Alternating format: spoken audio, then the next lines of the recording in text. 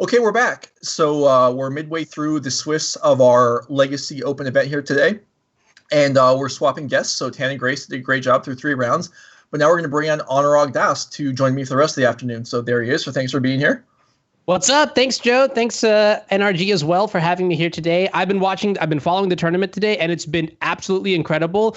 Legacy is just objectively the best format in my eyes. So I guess that's subjective, but we've had some crazy matches, and I'm kind of excited to see what we're going to have moving forward too. Yeah, we've had some good decks. I've been pleasantly surprised with what we've had so far. So we're going to go ahead and go right into our deck list for round 4. Timothy Schultz playing, okay, this doesn't look right. So we'll give Max and Norman a chance to straighten this out. I don't know if the name was wrong on the deck list, but in the meantime, Anuraag for... Sure, yeah. Tim is an avid, he's like a pretty well-known red-green lands player, but it looks like we've got green-black depths here piloted by Ryan Freeberger. Okay. So Depth's been a big part of the Legacy metagame for several years, and really, I would say, became maybe tier 1 in the last year or two. Is that right? Yeah, I think like after the Deathrite Shaman ban, and then even like I would say like no, wait, not that's a bit too early in, but like after the Renin 6 ban, Dark Depths was one of the strategies I thought that was actually really, really well positioned. Secretly, I feel like, against like the top tier decks like, Delver and even the control variations, like whatever, Astrolabe pile there was, this deck actually had a solid, matchup against both of those. And I know that some of the, more, I guess, esteemed Dark Depths players, they said that they really like playing against those matchups. I mean, even in Grand Prix Atlanta, we saw a couple copies in the top 8 as well. So this is definitely like an archetype to be on the lookout for, and this is going to be a pretty exciting matchup. Yeah, and then so we'll have Ryan Freeberger Depths opposing Timothy Schultz playing Red Green Lands. This time we have the correct deck list, and we see, first thing that jumps out, again, like we saw earlier today in one of the Delver lists, we see a Colossus, which is a new card that's made its way into the main deck here. Yeah, which is pretty exciting. I mean, generally speaking, this red-green land strategy is sort of, it used to be called, what was it, like 43 lands or something like that? Because it is a lands-based archetype. You can see cards like Exploration, and you can see cards like Life from the Loam that are designed to help get many, many lands into play. And a lot of the lands in this deck are utility spells like Blast Zone or Barbarian Ring. But there is that secret combo finish in the form of Thespian Stage and Dark Depths to make an instant speed 20/20, which is, the primary kill condition for red-green lands. Yeah, and a development that's happened, because this deck's also been in the metagame for a long time. And we're seeing, instead of a playset of gambles, like we would have seen in years past, we now see 2 gambles and 2 Elvish Reclaimers, which is kind of a creature with activated ability that is kind of the same as more crop rotations. Mm-hmm, yeah. And they've also sort of like become a little bit chunkier by adding a couple copies of Sylvan Library to the main deck to give you that sort of same, card selection over multiple turns. So all in all, I mean, the red-green lands deck has definitely like adapted to beat up on blue decks a little bit more. And I know that Timothy has his fair share of experience in the matchup. So looks like he's going to be keeping... Yeah, I mean, this is wild to think, so we're watching this from the land's perspective, and this is a hand that, I mean, there isn't anything in this hand that doesn't make mana, and yet this is a capable hand, apparently. I take it back, actually. I think he might be deciding on whether to keep it or not, but he's hovering over the keep button, so maybe that's good for us. It looks like his opponent has kept 7 cards, though. Yeah, and this is, I mean, this is open deck list, so players know what they're facing against, and so we did seriously keep a hand here of 6 land and a Mox Diamond, which is kind of stunning. Yeah. So I think that's actually a really big element that you've mentioned, that this is an open deck list, right? So Tim does know that his opponent Ryan is playing the combo-oriented version of his deck, the Dark Depth strategy. So tell me a little bit about that deck, and then I guess we can look into why Tim kept his hand. Yeah, I mean, so we're looking at, Dark Depths. We're comboing the two. Both decks playing the same combo, but the green-black deck doing it much faster. And the best and one of the only effective defenses against it is your copies of Wasteland, and we have one. And so that's probably really what we kept the hand based off of, is just we have a Wasteland, we know that's important. Drawing Loam off on turn 1 is fantastic. Mm-hmm. I mean, I remember years in the past, you didn't keep a 7 in the dark that didn't have access to Life and Loam or tutor for it. Here we didn't, and we just draw it right away. Right. Ooh, and crop rotation is an amazing pickup here as well. giving you instant speed access to a number of answers to the Merit Lodge, whether it's Karakas, Glacial Chasm, Maze of Ith, or you could even just pick up another Wasteland if you want. What's really interesting about this matchup, I think, is, there's so many sneaky ways for each player to answer the other person's strategy that I almost feel like it's like one of those old blue-white mirrors where it's like the first person to act almost gets, is generally punished and then like suffers for it. I'm kind of curious, though, to see how both of these players navigate the game.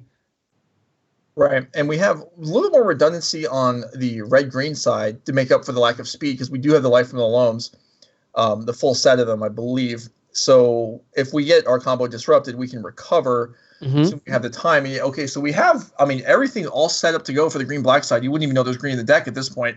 Yeah. But this doesn't seem like it's going to work out too well. So we do have, this is kind of a feature of the matchup where you can copy the opponent's Dark Depths with your stage, and this is going to force the action and play right into the green-red side's crop rotation here. So like you were saying, there's a few things we can crop rotate for to deal with Merit Lage, and that's going to happen right here, and we're going to be so far ahead. Yeah. Now, what's really interesting, though, is that the Dark Depth strategy that Ryan is playing today features a special 7-mana instant that might be able to save him out of this situation, because right now it looks like Tim is going to crop rotate away one of his lands for potentially a Karakas. The instant in question is called Not of This World, which is actually designed to target Eldrazi, but 2020s will suffice. It counters target spells or abilities that target a permanent you control, and there's a giant cost reduction when you have a big creature in play. So if Tim is going for the Karakas here, and Ryan has Not of This World to protect him, I think that might just wrap it up based on the draws. I think there's a chance we can break out of this here. So if we crop rotate for Karakas, bounce right now, if there's Not of This World, we could loam back. We could Wasteland our Karakas, loam it back, and then play it for the turn. Do we have enough mana for that? Because that would be a possible way out. I'm not sure if the mana would line up, though. We'll just wait and see how it plays out. But there's definitely that vulnerability that you're saying, that Not of This World seems like an unwieldy card, but never intended to be cast for actual mana. Yeah, and that's actually your line is brilliant here, because it looks like we have exactly the right amount of mana to Wasteland our Karakas and bring it back. I guess if Ryan has 2 copies of Not of This World, then he's got it in the bag. There's only so much you can do, but I do think exactly we need to go for this. We need to do a main phase, so we have that bailout option. Let's see, what are we thinking here? Okay, another option is we could go for a Dark Depths and make our own token and block. Aha. So that one is a little bit nervous too. See, this is what I'm talking about when there's so much interaction in this matchup between these two decks. Sajiri Step is a commonly played card in the Dark Depths deck, and if you gave the Avatar protection from black, you'd be able to swing through here. Now it looks like Tim has passed the turn. Ryan is charging in. What we could do here is make our own 2020, like you suggested, and block. I think we'd already made our land drop for the turn. So what I was suggesting wouldn't actually have worked. We couldn't have. That wasn't an availability. So given that, it does make sense, I think, to wait. And what are we going to do here? Oh, Glacial Chasm. Okay. Ooh, now that's powerful. Now I believe there's a lock between the Thespian stage and the Glacial Chasm that allows you to basically have Glacial Chasm every single turn without having to pay an exorbitant amount of life. Unfortunately, I think you need an exploration for that to actually work properly. So Glacial Chasm with cumulative upkeep, pay 2 life, prevents any damage from being dealt to you, but that life total can become very, very taxing in just a matter of a couple turns. So we'll see if Tim is able to develop a way to keep it in play and keep himself healthy. This doesn't seem like a sustainable plan. Okay. Oh, and we might just be dying on the spot to a Wasteland on top of it. But same thing. Ghost Quarter. Yeah, that looks like the blowout here. Okay. Well, we can copy it and stay alive, but how do we progress this from here? I like any answer we're looking for at this point. Like, okay, maybe we'll draw Caracas or crop rotate into Caracas. Well, if that was good, we could have done it in the first place. Mm-hmm. So this is. Yeah, I think we're going to have to take a couple more draw steps. I don't think our hand right now, as is going to get us out of this. So we're going to have to see what the top of the deck can provide us, and then maybe move forward from there. Well, this is certainly interesting. Kind of gone off the rails from what as a non-experienced or a not a lands player. The choices here were not what I would have instinctively chosen. But I mean, this is a matchup where experience is going to matter a lot. Yeah, and certainly, if there is none of this world, then we're doing a good job here. And if there isn't, well, we kind of put ourselves into a hole. But well, the thing I like about Tim's play is that he sort of gave himself a backup plan, right? So the only way for the Dark Depths deck to get rid of the Glacial Chasm is with that copy of Ghost Quarter or Wasteland. And historically, like the Dark Depths deck so the green-black deck only plays one copy of Wasteland or one copy of Wasteland or Ghost Quarter, to handle like utility lands like Caracas. Yeah, and if you're watching, if that seems weird to you, why wouldn't they run a bunch more? The reason generally was that you would be able to Python Needle your opponent's Wastelands, right? Isn't that why you don't run many yourself? So we see here the game continues on Thespian stage. I mean, we still have a few more turns for this Glacial Chasm to protect us. We could get out of this. Bojuka Bog ate the graveyard, so the loam is gone.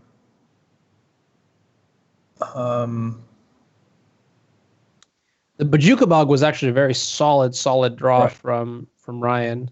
Mm-hmm.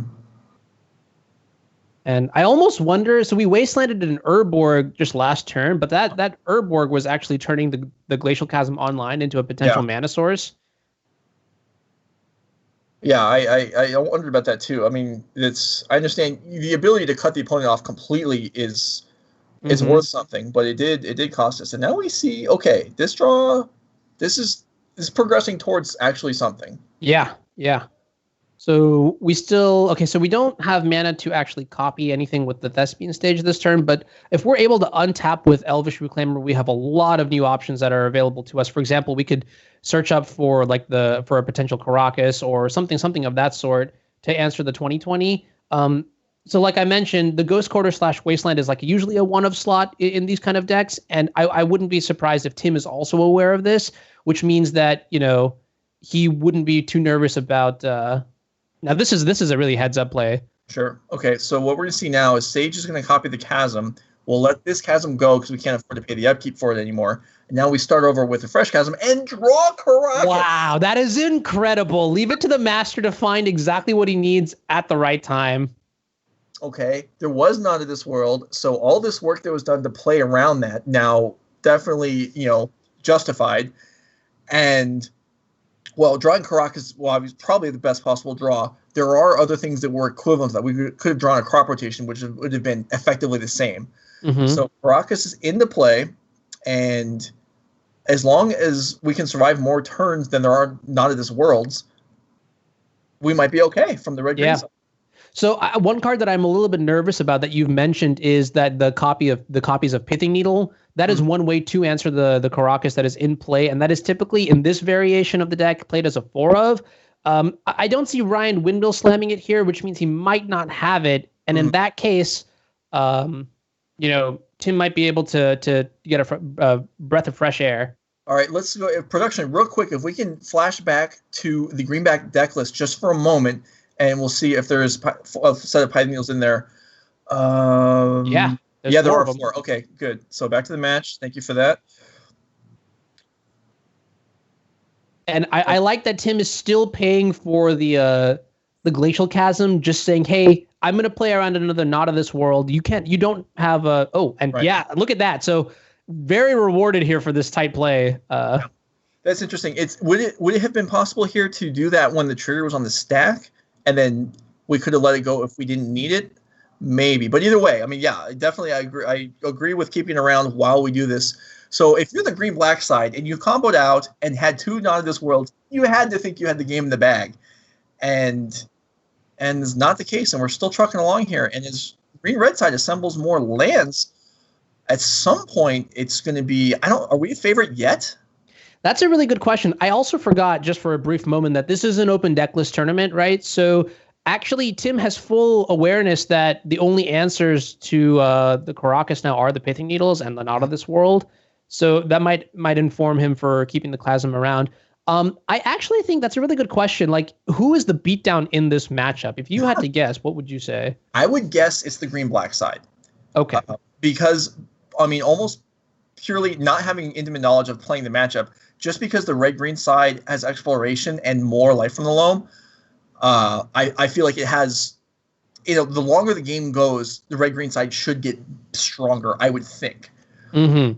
Yeah, I think I actually agree with that 100%. I think the red-green deck has the capacity to, quote, go bigger, which generally means that you want to just stall out the game until all of your threats are able to, or, all of your answers are able to make sure that the game is just under lock and key. And I mean, typically, like the red-green lands deck or the lands archetype has been that sort of, it is the archetype that is about sort of controlling your opponent's mana and prisoning them out with cards like Wasteland and Richardon Port, and then finding a way to sneak in a 2020.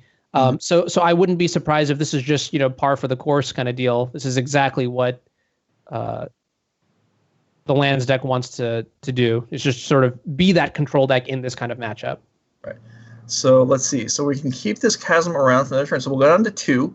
Mm-hmm. But we don't need our life total for anything else, so that's probably okay. We saw at the end of the turn we searched up a Wasteland, so we have some defense against whatever might be coming. And Sylvan Library, well, not its greatest when you're at 2 life, but it's something. Selection is selection. The Sylvan Library is still not too bad because you have the Elvish Reclaimer to maybe like take the best card of the top 3 and then shuffle your deck around. So still has some utility here. I wonder if, okay, so we're going to activate the Caracas. And finally, third time is the charm. The 2020 is gone. Maybe Tim can, actually, that's not even true. There's still a 2-1 in play that could deal the lethal points of damage. So that is true. We don't have, I guess the Reclaimer at a moment's notice can grow from Wasteland to, or actually from activating its own ability, either way. Yeah. But so finally this Glacial Chasm can go, and we'll likely see it sacrificed to the Reclaimer instead of just let the Outkeep expire. And yeah, I mean, at 2 life with no buffer for anything, I think I'm taking red-green side of things right now. I think I'm with you. This is one of those classic control versus aggro games where the control player is just barely stabilized with the last breath of life in their hands, and let's see if Tim's able to convert. Now, I mean, if you're on Ryan's side, what are some of the ways that we can maybe sneak in the last 2 points of damage? I'm kind of curious. I mean, I guess we could assemble some more dinky creatures and attack. We don't have, the green-black side. We don't have the Punishing Fire option. We don't have. If we win with a fleet of Elvish Spirit Guide beatdowns, this is going to be a game for the ages. But I agree. What are we? Okay, so here we are. Okay, instead of sacrificing it to the Reclaimer, we're going to copy Wasteland and just sacrifice it to kill a land. That's fun. I'm trying to think of, is that any better? I guess it keeps another Wasteland in our own deck instead of expending it. So we're going to use it either way. So that's something. And if you're the green-black side, you're just screaming here. Same, you're the burn player and you get the Miracles player to 2, and they're like countertop, haha, sucker. And this is just harsh. I mean, even though you didn't do any of the damage yourself, it's still, you forced it by having out the Merit Lage, and now it might not lead to anything. Yeah, and now Tim has sort of assembled his own little Voltron mini combo here, which is Punishing Fire and Grove of the Burn Willows. We're talking about how maybe like the Elvish Spirit Guide beatdown was a plan, but with the recurring Punishing Fire, so you use Grove of the Burn Willows, give your opponent 1 life when you tap it for mana, and then you use that mana to buy back the Punishing Fire. Gives you basically a Gatling gun of just burn spells. I think the match might be locked up at this point. Yeah. I'd be very surprised if because we have a win condition in play in the form of a 3/4. We just need to make sure that our opponent doesn't get any access to Merit Lage or have any creatures that could swing into the red zone. So right. No, this is looking pretty good for the red-green side. And I was actually for just inexperienced in the matchup or not having my brain think through the patterns. I was thinking that the the stage when we change it to Wasteland, would we upkeep, then activate the Wasteland because we're going to have to sacrifice it to the upkeep? That's not what happens at all. There is no more upkeep because it's not a Glacial Chasm anymore. Yeah, so, but it does have the counters though still, which is kind of funny. It does have 2 counters on it, which the Vampire Hexmage could remove. So politely. So we have Sylvan Scrying, a 2 effect for green-black. We can search up any land in our deck, but is any land in our deck going to matter? There's not a Barbarian Ring, which would amusingly be enough. Yeah. Thespian Stage. We can copy the Barbarian Ring, but we couldn't activate it. Mm-hmm. I guess we could get 2 stages, copy a ring, copy another ring or a Taiga, and then shoot, but that'll never actually be allowed to resolve. Yeah, and I have to imagine here that, like, in response to a Thespian Stage activation, the Wasteland, the staged Wasteland is probably just going to be like, none of that nonsense, we're not letting this happen. So technically Tim has that covered, but something could slip through the cracks. We'll see here. Lotus Petal would be one way to activate Barbarian Ring from the green-black side. So we have the Punishing Fire and the Hexmage. There's nothing for it to do here. Removing the counters in the Wasteland does actual meaningless, like we said, so it's just going to die. So this game could play out for a while, but I think it's more likely that the red-green side will just make a Dark Depths and end the game before we get too much further. Yeah. Okay, I think I found it. Maybe another Thespian Stage draw from Ryan's side would be good, because then when you activate the first Thespian Stage copying the Barbarian Ring, they'll use the Wasteland to kill the Thespian Stage. Or, okay, well, it looks like we're going to go to the sideboarding, but potentially a second stage could have done something there. Yeah, there's even ways around that, because you just activate the Barbarian Ring if there was Threshold, which I'm not sure that there was actually on either side. So, right. Anyway, that was an exciting first game. Right? Yeah. Took the loss, so we're looking again. These are decks with the same kind of ultimate win condition, with this being the faster side, with the Python Needles defending against the Wastelands and Hex Mages to just power things out. What are we looking at gaining here in the sideboard?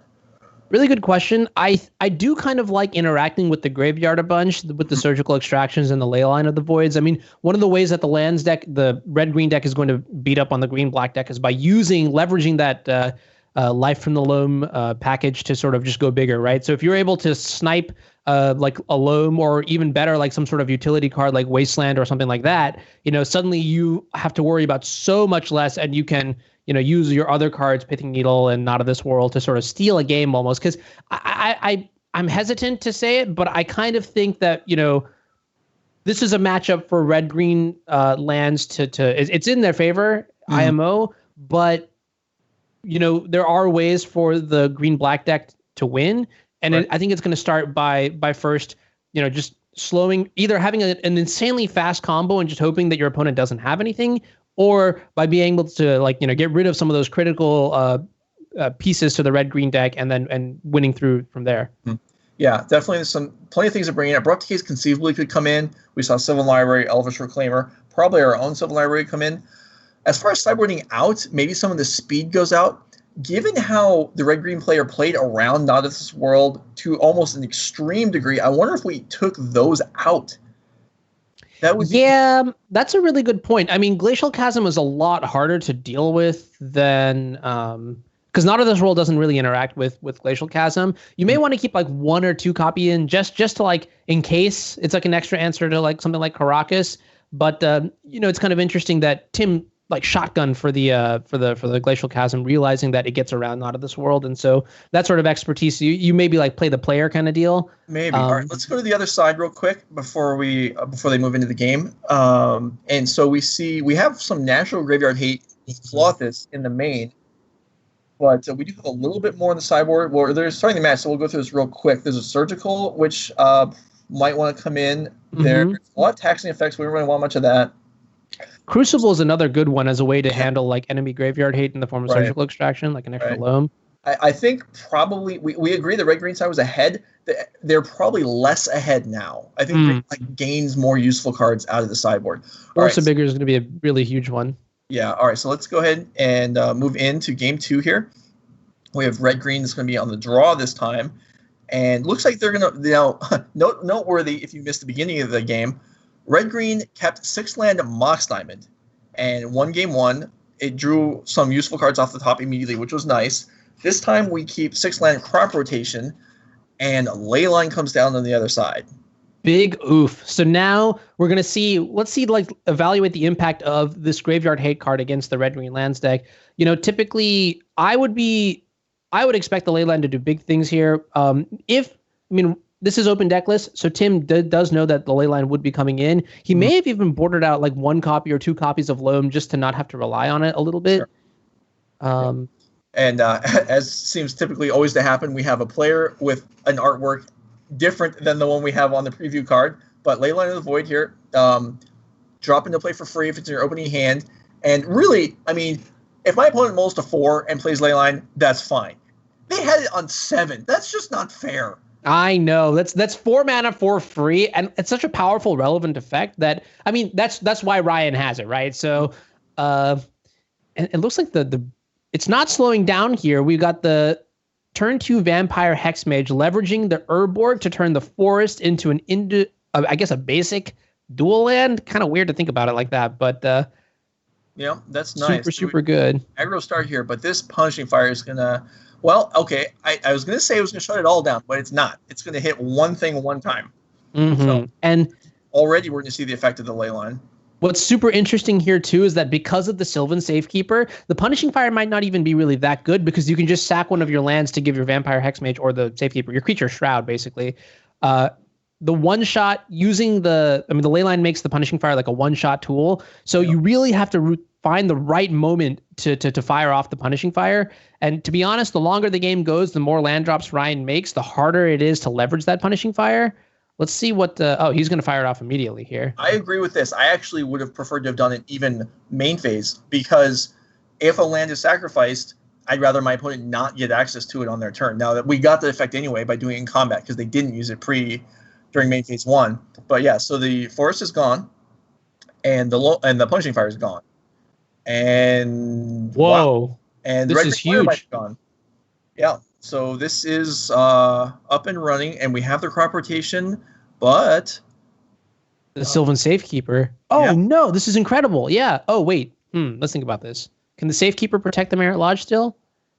No, it cannot. Because in response to this, yeah. But we can crop. But we can't. Well, either we can do it now, or we can wait till the opponent's turn. But either way, this Caracas is going to be live, and Night's World will win the game here, but nothing else will. Yeah. Oh, and there it is. Wow. And that is so awesome. So, good on the Depths player ignoring my theoretical advice. Maybe you want to put these out, but no, they left it and it mattered, and that's it. So, yeah, the green-black side is the faster side. Yes. Yeah. And so this is what I was talking about earlier, which is where, like, I think you just have to have all of these cards, these like Not of This World, Pithing Needle, a very fast start. Like Hexmage is probably one of the best cards in the deck because it just lets you do so much for so little, so fast. And you just try to overwhelm the control deck. You just try to get under them. And that's exactly what happened. And I wonder if Ryan's going to be able to do this again for game 3. It's tough because he had so many of the right pieces. Like you mentioned, he had the Leyline on 7. He had the turn 1 Sylvan Safekeeper. I'd be surprised. It seems like almost like that was an exception to the case rather than the norm. Yeah. But do you think like Tim is going to maybe like reevaluate his sideboard decisions going into game 3, seeing how aggressively Ryan plays? I mean, he very well might. That doesn't always mean it's a good idea. Like it's very. I mean, I'm sure lots of players do that. I do it too. Where it's like, well, something bad happened in this match. Maybe I should rethink my entire life strategy because of this one thing happened one time. That may just be the case of the green-black had an unbeatable draw and I lost to it, and I shouldn't overreact to it. Okay. Yeah. No, I agree with you. This could be the one in the. Yeah, I don't know. That's possible. That's maybe you do realize you messed up something and have some additions and subtractions to make for game 3, but sometimes it's okay to just say I couldn't beat that, and that's just the way it is. Yeah. Now this is pretty brutal. It looks like Tim has kept a very solid 7 with multiple pieces of interaction. Ryan is mulliganed to 5. Yeah, and that's something where maybe we had 2 non-functional hands. Maybe we had okay hands and we just wanted to give ourselves a shot at Leyline. that's hard to say being on this side, and that's kind of there's pluses and minuses to the forced perspective aspect of doing coverage. I actually enjoy it. Like we saw last game was exciting because we saw our thought process from one side, didn't know what was going on the other side, and then Not of This World blew us out. And that was pretty neat. But here, yeah, seeing the mulligan decisions would be we don't know what was going on the other side, but that's done and over with, and we're into the game here, and we have exploration and a reclaimer, and we're looking pretty happy for the red-green side. Yeah, this is where the lands deck is finally going to be able to flex its muscles and show what it's actually capable of here. A Thoughtseize targeting Tim here is going to be met with nothing but disappointment and sadness. Is that a card we want to have in this matchup after boarding? It's tough because there are a couple pieces of interaction that Tim might have on the red-green side that, I mean, you have a very few ways to answer it except for discard. So for like getting rid of a crop rotation, for example, would be kind of tricky. Maybe there's like another threat that Ryan wants to get into play, clear the way for like a Hex Mage or something like that. Yeah. Snag a Punishing Fire. I don't know. It's potentially also possible that there aren't like other cards that you can cut in the matchup, or so I could see it staying in. It didn't really look too good there, but we'll see what the next few turns show for us. Mm-hmm. All right, so we're just going to pick off the Urborg there. And it looked like the Tabernacle is considering being played here. I assume that's because we're going to sacrifice it for something else. We do have all utility lands in hand. Somehow we actually don't have colored mana, not that matters. Yeah. Fortunately, the Elvish Reclaimer will be able to get us a green source, but it is kind of funny that, this two-color 30-plus land deck right now has no red sources and no green sources. And there it is. We see the surgical extraction coming in, and maybe that's what Ryan's thought process was here with this line, which is leverage the power of Thoughtseize alongside surgical extraction to get rid of something for good. Mm-hmm. Yeah. And then the Grove comes into play from the Crucible as we exploration allows us an extra land drop there. So everything is going pretty swimmingly. We only have 2 cards in hand, and neither one of them actually, they're both lands, neither one makes mana, and I don't think we care too much. Yeah, it's pretty incredible, honestly. Like Legacy, aha. How many lands in Legacy that really get played don't make mana? Are these the only 2, or are there more? I gotta think about that one. These are the first 2 I would have thought of. Yeah, 100%. I mean, Dark Depths also doesn't make mana. Oh, that's true. You're right. So there's actually another one in this deck. Yeah, which is kind of interesting. Which makes me think that the mana for this deck is actually deceptively not as good as it looks.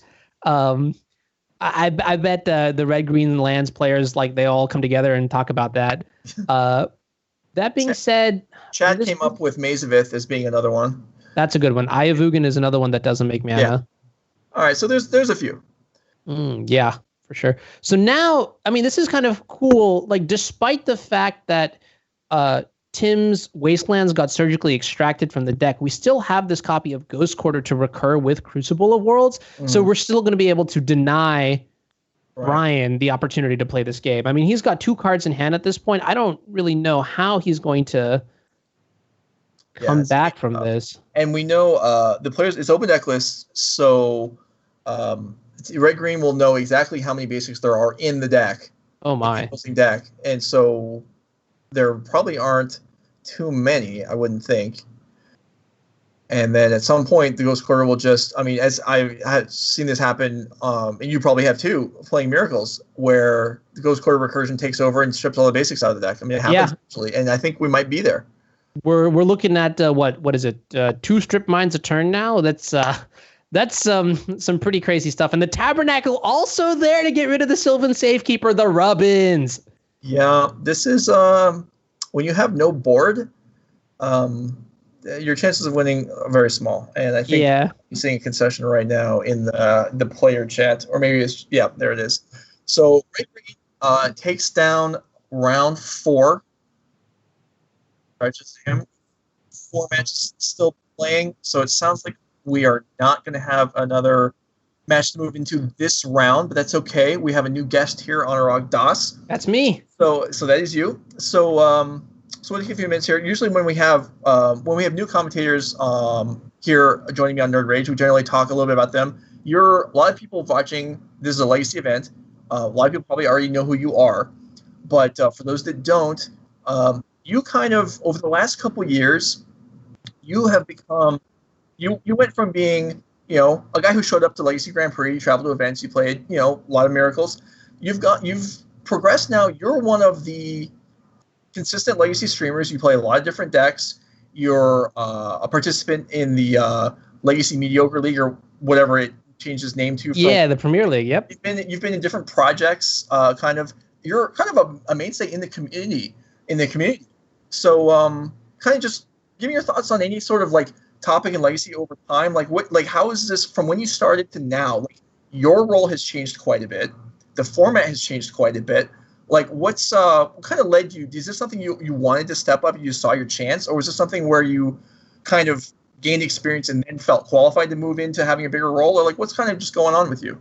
Oh man, I don't think I have any of the requisite qualifications to call myself good at or anyway, but what I do have, and I think this is just like it's just an inexplicable love for the format. I mean, there's so many crazy things you can do. For me, like I started playing Magic back in like the end of 2012.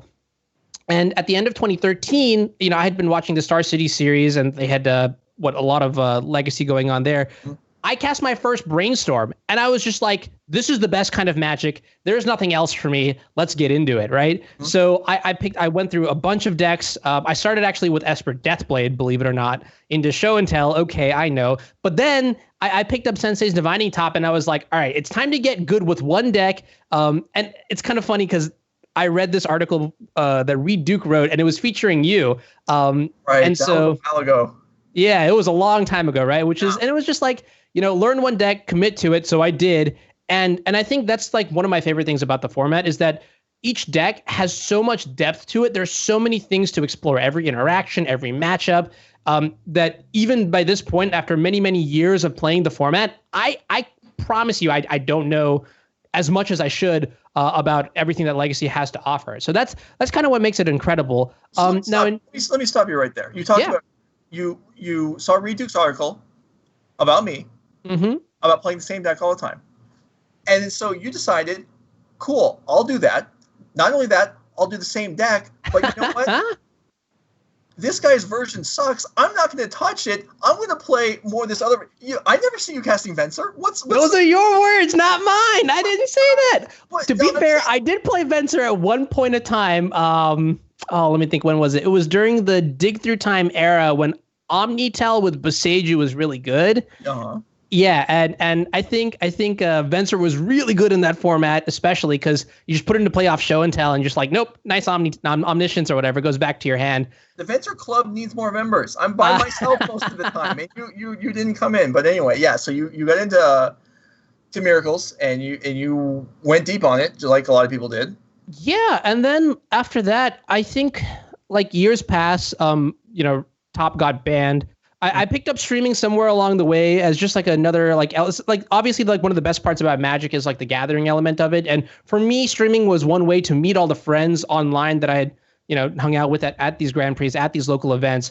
Mm-hmm. And it just from there, it just popped off, like I just enjoyed it so much that I would stream Miracles a lot.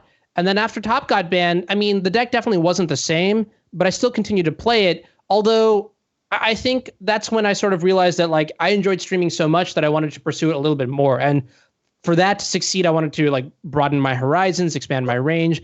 And recently I've been playing a lot of different decks. I mean, it's incredible to see everything that the format has to offer. And I think one of my favorite aspects about like I mentioned earlier, right? There's so many masters in this format for each of the decks. And so I've had a great time just, networking with connections and things like that. And having a bunch of these experts show up on stream and like sort of just teach me. Like I'm getting like, these free lessons on how to play all these decks, but also showcasing it to everybody else. And also just making it entertaining to watch, I hope, knocking on wood. Yeah, I think you're doing a good job. And I saw you have your counter on your stream. It's for consecutive days of streamed or just streams or... Yeah, I do have a counter on my stream. We are currently at day 164 or 5 in a row. I don't know when this happened or how this happened, but I feel like I've got this energy inside me to keep streaming, and I don't know when it's going to stop. I'm not locking in anything. You can't catch me committing to anything here, but yeah, I've been doing it a bunch, and I've been having a really good time doing it, and so it's not stopping anytime soon. I can tell you that much. No, that's good. It's good. I mean, definitely, the format needs people like you, and to continue propelling it forward. And it's like I talked about earlier when Tana was here. I mean, I'm playing a lot of standard, unfortunately for me, because of the Pro Tour Finals next week, and it's just, I mean, there's only like 4 or 5 decks that matter. You could argue there's only 2. Yeah. And Legacy, there's a ton. It's kind of crazy, actually. Like I know there's been a lot of mixed opinions on the just 2019 and what it did to Magic, especially in Legacy, because a lot in a lot of the younger formats, you can see that there's a lot of corrections, but in Legacy is kind of like lauded as the place where all the design mistakes go to see the light of day, and it definitely did shake up the format.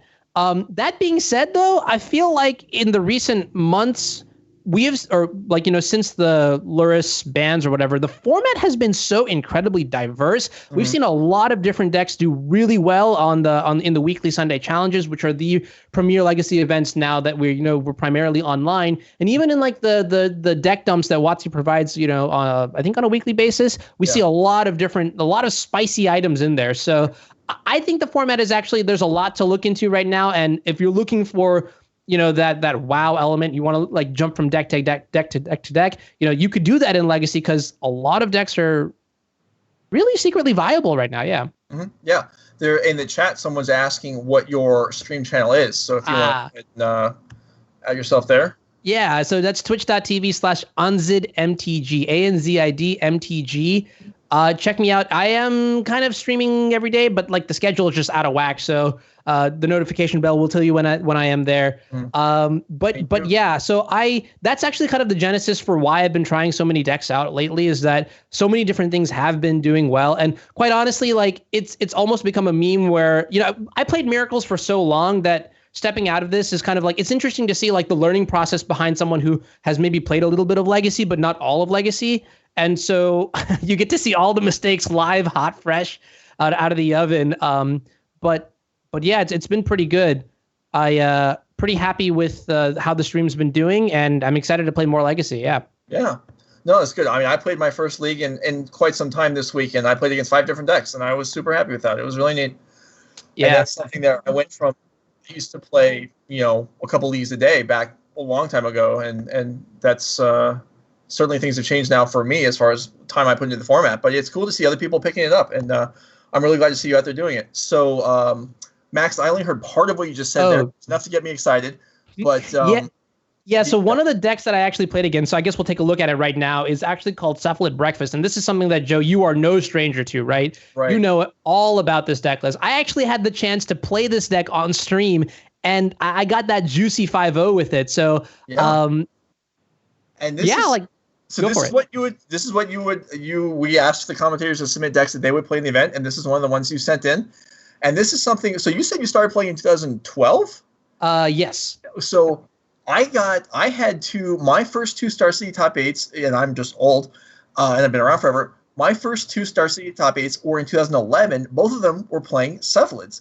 And so it's the same structure, same deck, except you get a so much easier, more compact kill than I used to get. Oh, yeah. Tell me about it. Thassa's Oracle is one of the craziest cards that we've seen printed. It literally has the words "you win the game" on it in some order or whatever it is, which means that there's a way to break it or to sort of leverage that powerful ability. I mean, it's so powerful that it's literally seen playing vintage now. So that tells you a little bit.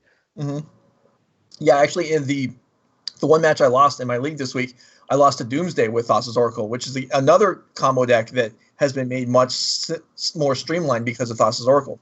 Mm-hmm. Yep, that's another deck too. We have just Encore creatures with Cephalid Illusionist, which allows you, if you're watching this, you're not familiar with quite how it works. The combination, you can retarget as many times as you want. The Illusionist self-mills 3 cards at a time. You deck yourself. Narcomoebas come into play.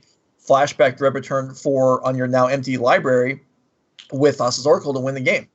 And one of the real joys of playing this deck is that no one understands how the Encores and the Illusionists work. So you win way more scrappy nonsense games than you deserve to by people just messing up against you. And it's just always enjoyable. Yeah, it's kind of interesting. So yeah, you're right. That is the primary kill with the Nomads and the Cephalid. You basically target yourself a bunch. You target the Illusionist a bunch of times, mill your deck. The other secret way to win is actually leveraging the modern playable Stoneforge Mystic card, which is you normally would be getting a card like Batterskull off Stoneforge Mystic, but there is one special equipment in the deck. You can see there's one copy of Shuko, which is a 1-mana equipment that gives a creature +1/+0. But the cool part about this card is that the equip cost is 0. So if you are able to find the Shuko, you could just equip it to the Cephalid Illusionist over and over and over again, and you just mill your deck that same way. Yeah, and it's just another route to finish, which is super cool. Now, one problem I have with this deck list is there's no Fallen Shinobi in the sideboard, and I was a big fan of that card because we have nonsense. Who's going to block a Narcomoeba?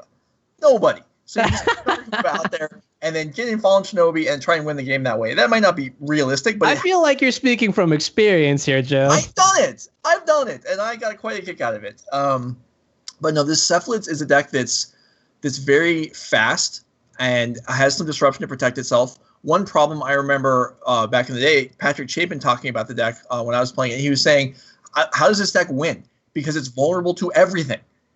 That's what I want to hear. Exactly. Graveyard hate. This deck is vulnerable to everything. However, it is fast, and it has measures to protect itself.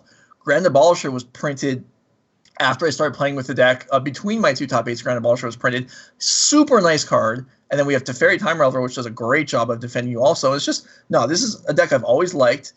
And it really can do a good job. And it's kind of vicious. Yeah. And the sideboard also is pretty exciting too, right? So game 1, you have all of this combo power. You've got a little bit of staying power in the form of Stoneforge and Batterskull and those sort of things, right? But you can sort of almost even transition into sort of like this weird blue, white, black Esper control strategy with your Swords to Plowshares and your Thoughts uses. True Name Nemesis is an excellent addition to the deck post-board. You can leverage it alongside the Stoneforge Mystics to become like a mini Esper Stoneblade deck that also has the combo kill built into it. So There's a lot of cool things that you can be doing. One thing I want to talk about, though, just on like a different note, is like the history of this deck and like what happened and why it's coming back. So, I mean, Joe, you've played this deck for a long time. I think this deck came around Javier Dominguez, the world. Is he still the world champion? Yeah, he created this deck, right? I don't know if he might have. I've heard something to that effect. But yeah, he was. This deck, I didn't create this deck. I mean, I worked on it a lot back in 2011, but it existed prior to that in a few different versions. And if he was the one that came up with the original combo, good for him. But yeah, it's existed for a long time. Gone through some different paces. Probably was legal in some other formats at the beginning. Yeah. And over time, it's really benefited. There used to be, the win was always draw return, and there was all these different 3-card kill packages. So it was like they're vulnerable to some different thing. You can play these 3 and you can't beat this. There's these 3 you can't beat this. Well, now it's 1 card and it beats everything. Yeah, which is incredible. Yeah.